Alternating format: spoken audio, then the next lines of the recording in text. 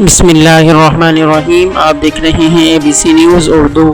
لطیف آباد میں ٹرانسفارمر پھٹنے کا واقعہ، ہیسکو پر کروڑوں روپے کا جرمانہ عائد۔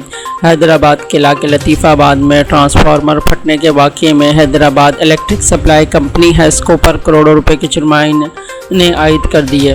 National electric power regulatory authority نے نیپرا کے مطابق ٹرانسفارمر پھٹنے پر ہیسکو پر 2 کروڑ 60 لاکھ روپے کے جرمانہ عائد کیا۔ نیپرا نے بتایا کہ حیدرآباد میں ٹرانسفارمر پھٹنے سے 10 افراد ہلاک اور 12 زخمی ہوئے تھے۔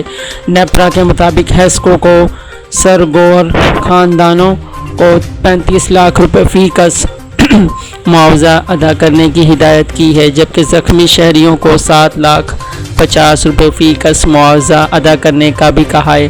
خیال رہے کہ رواں سال جولائی میں حیدرآباد کے علاقے لطیف آباد نمبر 8 میں ٹرانسفارمر پھٹنے کے واقعے میں 10 افراد جھلس کر جاں بحق ہو گئے تھے۔ Thank you for watching and please subscribe to my YouTube channel.